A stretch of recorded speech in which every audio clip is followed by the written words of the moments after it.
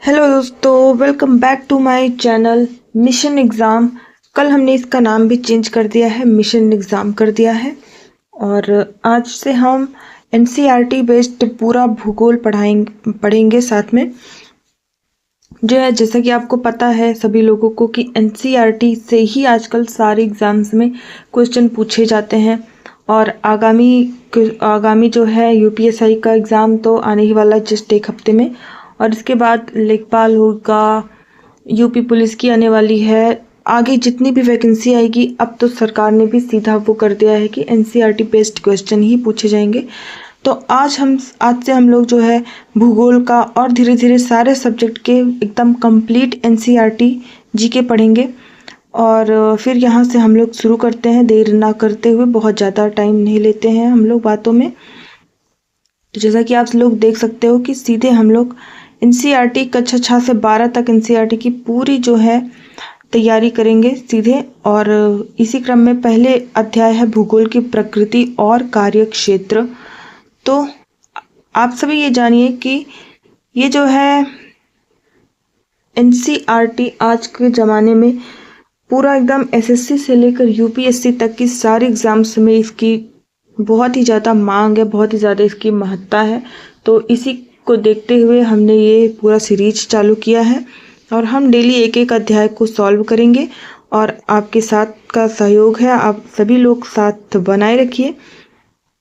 और चलिए फिर शुरू करते हैं आगामी सभी परीक्षाओं के लिए एनसीईआरटी बेस्ड भूगोल।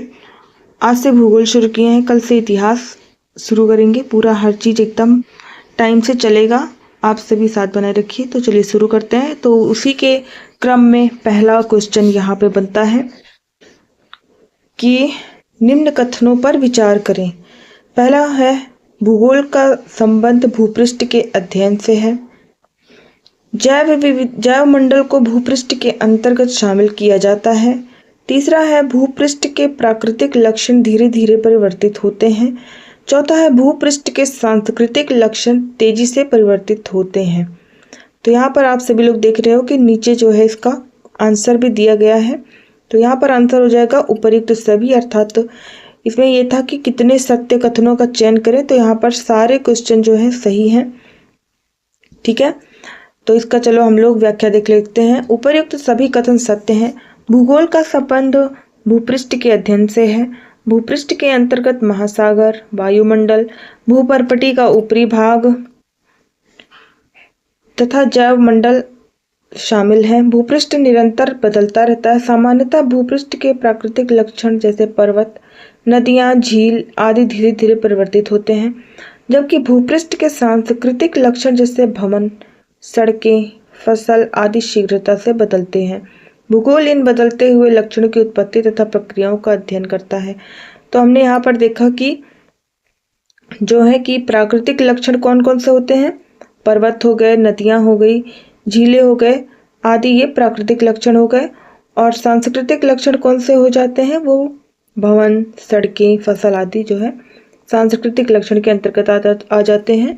और इसी क्रम में हम दूसरे क्वेश्चन की ओर चलेंगे। तो निम्न कथनों में असत्य कथन का चयन करें।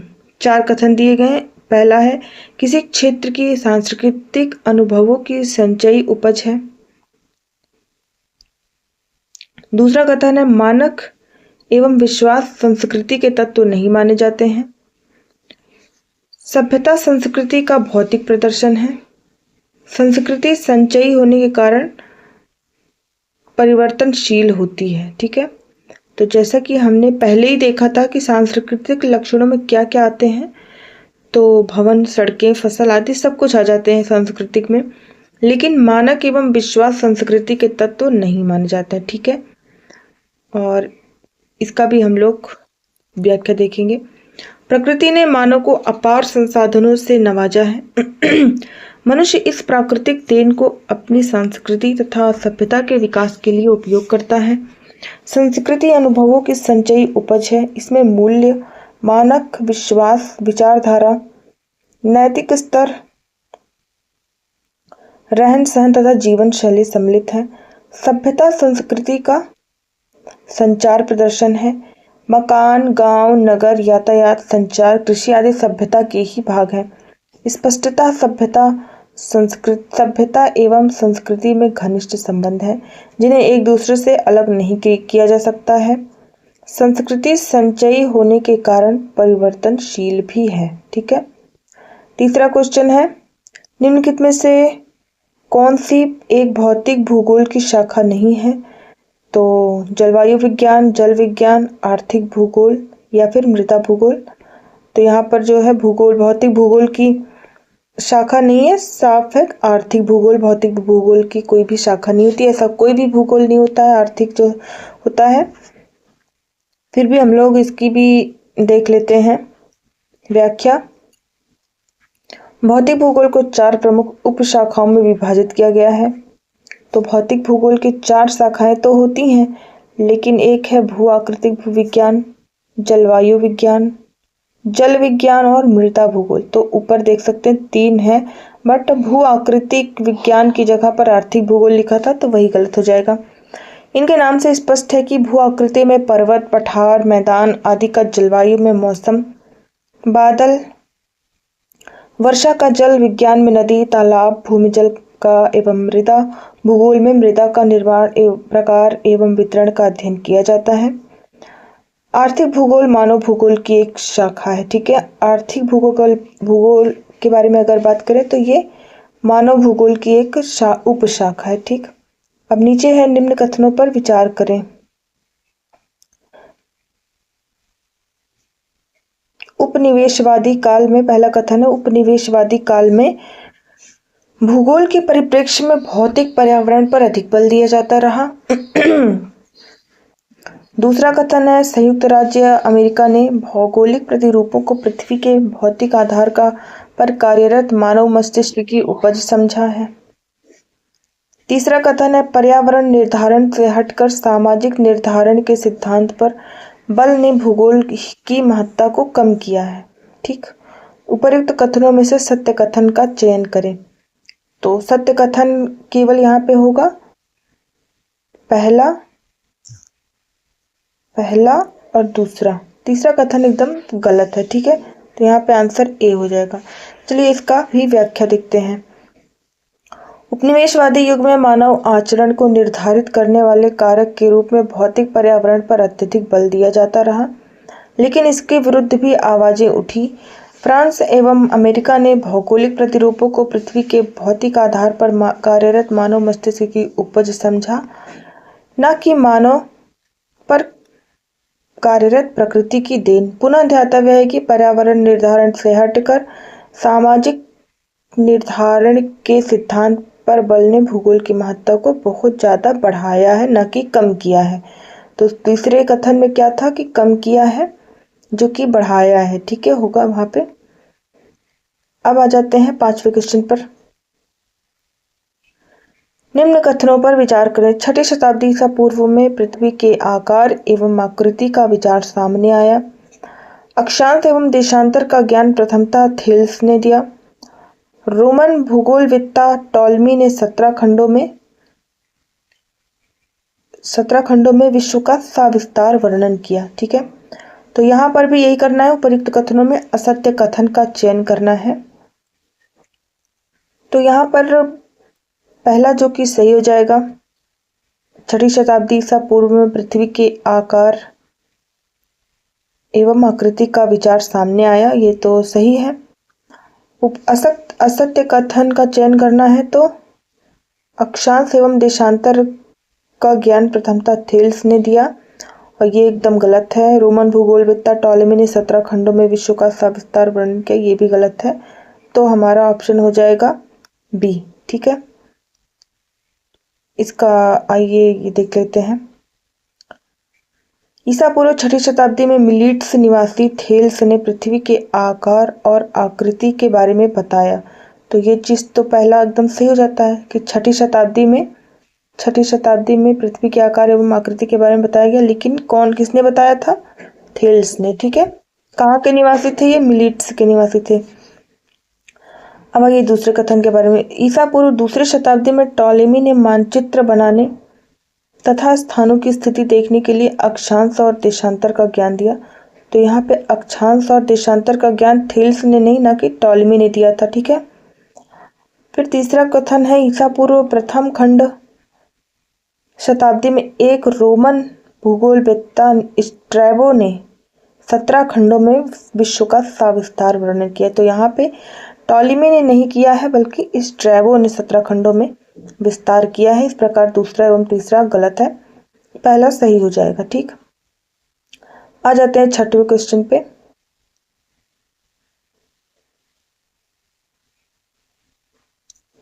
आधुनिक युग में यूरोप विश्व के सर्वाधिक विकसित महाद्वीप के रूप में उभरा। कथन था, इसका कारण था यूरोप की बहुत बड़ी जनसंख्या, अन्य देशों में उत्प्रवासन हुआ। ठीक है। कथन एवं कारण दोनों सही हैं। कारण कथन की सही व्याख्या करता है, तो यही जो है सही हो जाएगा, क्योंकि आधुनिक युग में यूरोप विश्व के सर्वाधिक विकसित महाद्वीप के रूप में उभरा। इसका कारण क्या था? यूरोप की बहुत बड़ी जनसंख्या का अन्य देशों में उत्प्रवासन हुआ। तो ये बिल्कुल पहला कथन ही सही हो जाएगा। ठीक है।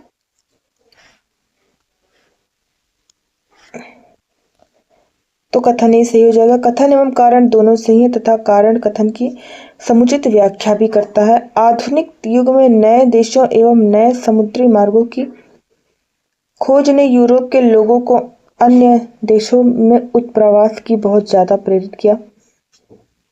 इससे न केवल यूरोप में जनसंख्या का दबाव कम हुआ, उत्प्रवास मतलब कि अन्य देशों में जाना, जैसे कि हम लोग के यहाँ से माइग्रेशन होता है, सब लोग माइग्रेट कर जाते हैं, दूसरे देशों में चले जाते हैं, या फिर एनआरआईज होते हैं, से मतलब जो दूसरे देशों में जा कर के रहने लगते हैं, तो वही जो है उत्प्रवास होता है। इससे न केवल यूरोप में जनसंख्या का दबाव कम हुआ, बल्कि कई दूसरे क्षेत्रों में यूरोप के उपनिवेश स्थापित हो गए। इन उपनिवेशों के संसाधनों पर यूरोप का कब्जा हो गया तथा उत्प्रवासन ने इन स्थानों पर यूरोपीय बस्तियां कायम कर दी। ये सारे कारक यूरोप के विकसित एवं शक्तिशाली बनने में काफी मददगार रहे। ठीक। आते हम लोग सातवें पे। किस प्रसिद्ध दार्शनिक या विचारक या भूगोलवेत्ता ने भूगोल को संगठित वस्तुनिष्ठ ज्ञान का विज्ञान कहा है? संगठित वस्तुनिष्ठ ज्ञान का विज्ञान किसने कहा है भूगोल को? बहुत ही जरूरी, बहुत ही इंपॉर्टेंट क्वेश्चन है। तो इसका आंसर हो जाएगा इमैनुअल कांट ने कहा है। ठीक। इसका भी जवाब हम लोग देखेंगे। 18वीं सदी के अंत तक विभिन्न स्रोतों द्वारा प्राप्त भौगोलिक विवरणों का वैज्ञानिक विश्लेषण करने का प्रयास शुरू हो गया था। इसमें दो प्रमुख जर्मन भूगोलवेत्ता, मोस्ट इम्पोर्टेंट है कि ये कहाँ के भूगोलवेत्ता थे, तो जर्मन थे, एबी हम्बोल्ट तथा कार्ल रिटर ने प्रमुख भूमिका अदा की। इससे पूर्व महान जर्मन दार्शनिक इमैनुएल कांट ने भूगोल को संगठित वस्तुनिष्ठ ज्ञान, जिसे विज्ञान कहते हैं, में उचित स्थान दिया था। ठीक।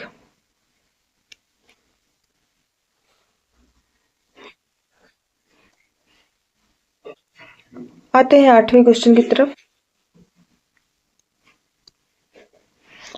नियंत्रणवादी भूगोलवेत्ताओं का निम्न में क्या मत रहा है? पर्यावरण मानवीय क्रियाओं को नियंत्रित करता है। ये तो एकदम सही है। मानवीय क्रियाएं पर्यावरण को नियंत्रित करती हैं। निम्न में से क्या मत रहा है? तो मानवीय क्रियाएं पर्यावरण को नियंत्रित नहीं करती हैं, ये यहाँ पर गलत हो जाएगा। पर्यावरण एवं मानवीय क्रियाएं दोनों एक दूसरे को नियंत्रित करती हैं, ये भी गलत है। पर्यावरण जो है मानवीय क्रियाओं को नियंत्रित करता है, यहाँ पे सिर्फ यही पहला क्वेश्चन सही होगा।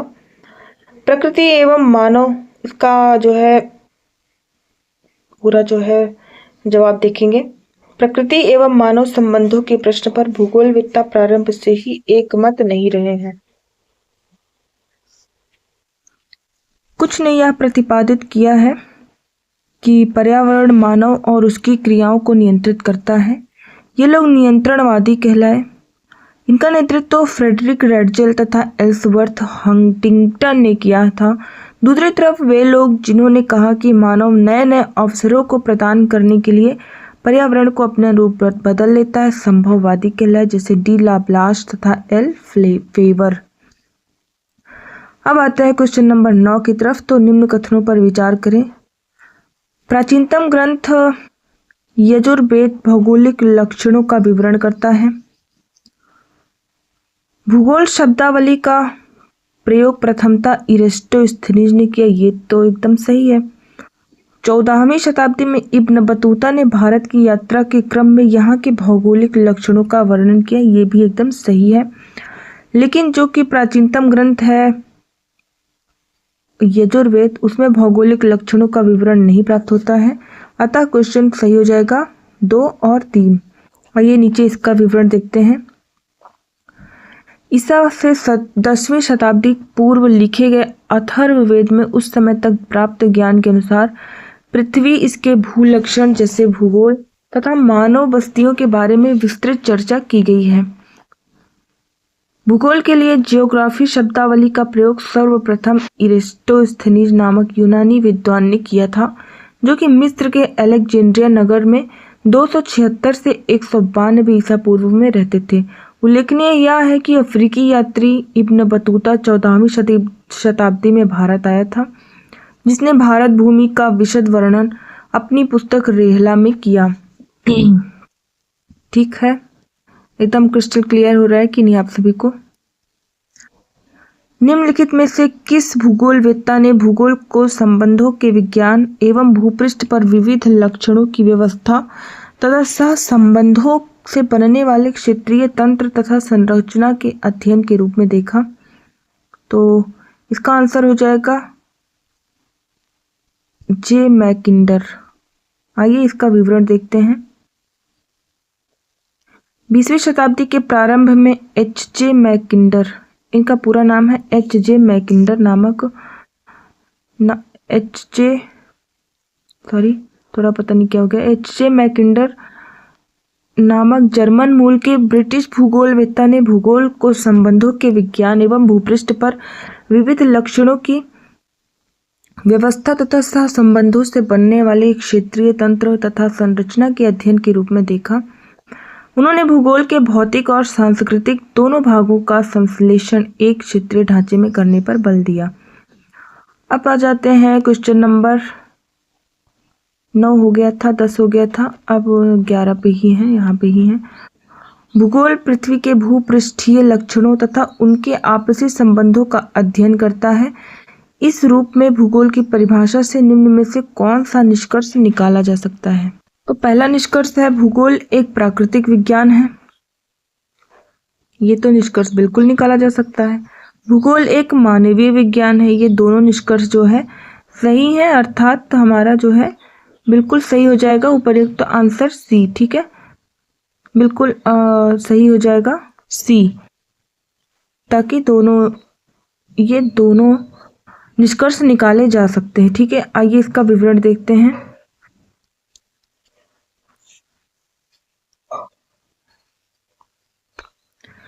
एक भूगोलवेत्ता जिस भूपृष्ठ का अध्ययन करता है वह एक समान नहीं है। ठीक, इसके प्राकृतिक तथा सांस्कृतिक दोनों ही लक्षणों में महान अंतर है। इस प्रकार भूगोल एक प्राकृतिक तथा मानवीय विज्ञान है जो भूपृष्ठ को आकृति और विभिन्न संस्कृतियों और सभ्यताओं को जन्म देने वाले प्राकृतिक और मानवीय दोनों ही कारकों एवं प्रक्रियाओं का अध्ययन करता है। यह क्षेत्रीय प्रतिरूप तथा संरचना को जानने के लिए भू लक्षणों का वर्गीकरण तथा चित्रण करता है।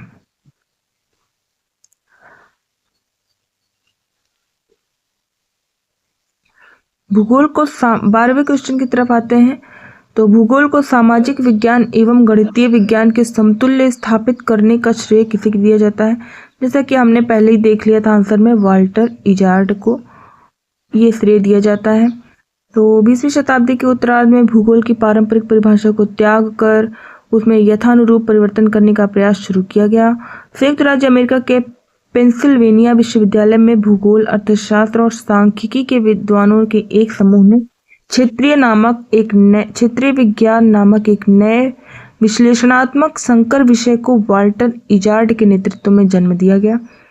इससे भूगोल अन्य सामाजिक विज्ञान तथा गणित शास्त्र के काफी समीप आया और इससे भूगोल में मात्रात्मक क्रांति आरंभ हुई। क्वेश्चन नंबर 13 की तरफ देखते हैं। तो इसमें है निम्न कथनों पर विचार करें, और इसमें हमें क्या जानना है, क्या देखना है कि कौन से कथन असत्य कथन है। तो पहला कथन हो जाता है कि मात्रात्मक भूगोल भौतिक एवं मानवीय घटनाओं के अंतर संबंधों पर आधारित है। तो ये सही कथन हो गया, ठीक है, जैसा कि ऊपर ही हमने देखा है। दूसरा कथन है मात्रात्मक भूगोल क्षेत्रीय प्रतिरूपों की उपज माना जाता है। तो ये भी बिल्कुल सही है, क्योंकि ये देखिए आप सभी, इसके ऊपर वाला अगर आप पूरा विवरण पढ़ेंगे तो नीचे वाला आसानी से क्वेश्चन सॉल्व हो जाएगा। मात्रात्मक भूगोल मूलतः क्षेत्रीय विज्ञान का आधार लेकर ही विकसित हुआ, ये भी तो सही है पूरा। अच्छा, इसमें ये जानना है कि असत्य कथन का चयन करें, तो इसमें कोई भी क्वेश्चन, कोई भी कथन जो है असत्य नहीं है, तो यहाँ पर डी सही हो जाएगा। आइए इसका विवरण देखते हैं। उपरोक्त सभी कथन सत्य हैं। भूगोल को सामाजिक विज्ञान एवं गणित विज्ञान के समतुल्य बनाकर जिस क्षेत्रीय विज्ञान का शुभारंभ हुआ है उसी से भूगोल में मात्रात्मक क्रांति की शुरुआत हुई। मात्रात्मक भूगोल 1960 से 70 के दशक में काफी विकसित हुआ। इसने भौतिक तथा मानवीय घटनाओं के अंतर संबंधों के अध्ययन और उनके सूक्ष्म क्षेत्रीय परीक्षण के लिए वैज्ञानिक साधन प्रदान किए, जिससे सार्थक क्षेत्रीय प्रतिरूपों और संरचनाओं को समझने में मदद मिली। अब आ जाते हैं क्वेश्चन नंबर 14 की तरफ।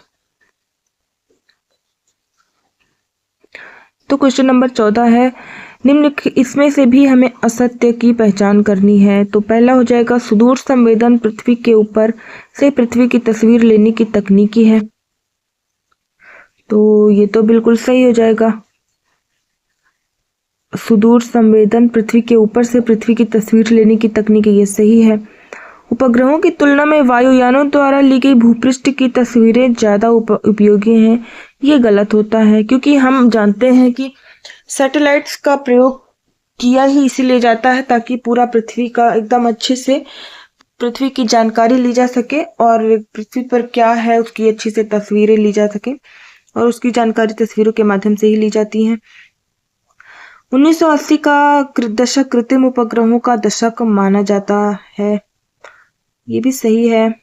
असत्य कथन हमें पहचानना है, तो मुझे लग रहा है कि ये बी ही गलत होगा। सुदूर संवेदन सूचना क्रांति की उपज मानी जाती है, तो ये भी सही है। आइए इसका विवरण देखते हैं। बिल्कुल सही। कृत्रिम उपग्रहों के उपयोग ने वायुयान द्वारा फोटोग्राफी को बेहद पुराना एवं न काफी साबित कर दिया है। उपग्रहों द्वारा अधिक सूक्ष्मता एवं स्पष्टता से पृथ्वी के किसी भी भूभाग की तस्वीरें लेना संभव हो सका। इनसे पृथ्वी के भूपृष्ठ पर मौजूद 1 मीटर तक की चीजें स्पष्ट रूप से देखी जा सकती हैं।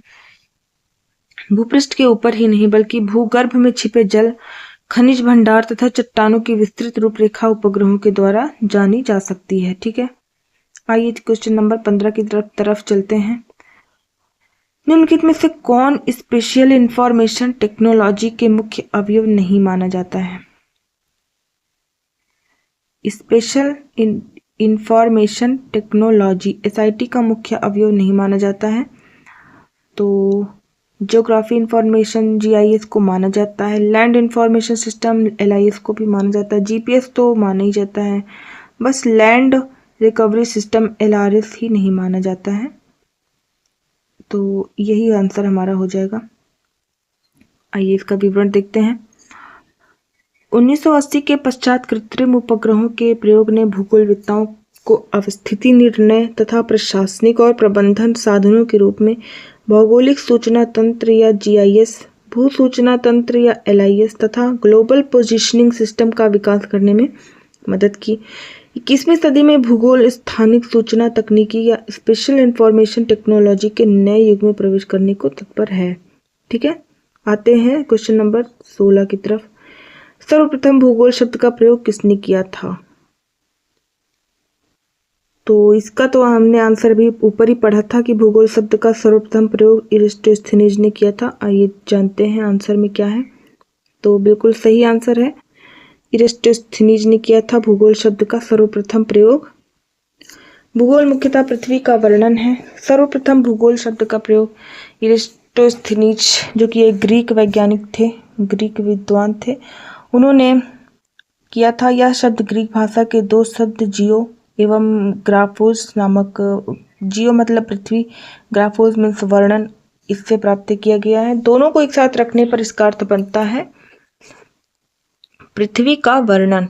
इस दृष्टि से विद्वान भूगोल को मानव के निवास के रूप में पृथ्वी का वर्णन परिभाषित करते हैं। ठीक है, मानव के निवास के रूप में पृथ्वी का वर्णन।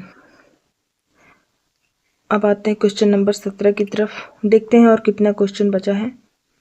बस 2 क्वेश्चन और बचे हैं, इसके बाद तो खत्म हो जाएगा हमारा। 19 क्वेश्चन तक ही है शायद, हाँ।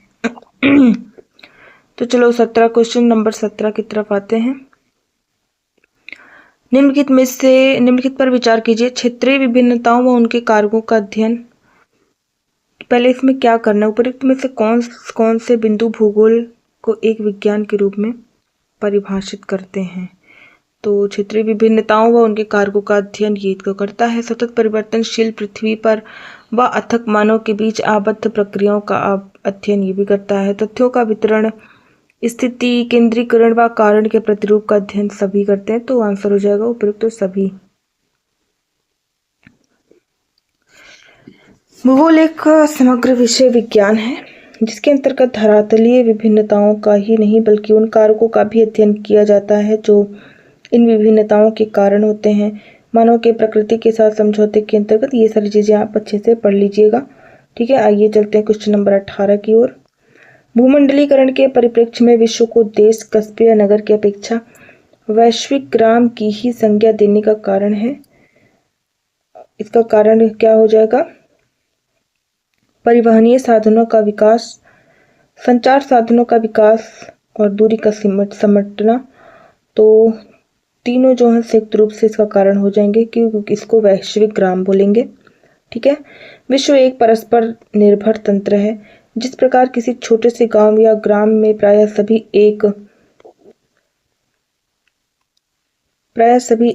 दूसरे को जानते बूझते हैं, ठीक उसी प्रकार वर्तमान विश्व से भी एक वैश्विक ग्राम का ही प्रतिबोधन होता है। परिवहन व बेहतर, ये सारी चीजें आप आराम से पढ़ लीजिएगा। ठीक है, भूगोल के अध्ययन के, आइए क्वेश्चन नंबर 19 की तरफ। भूगोल के अध्ययन के विषय वस्तु उपागम के प्रवर्तक हैं।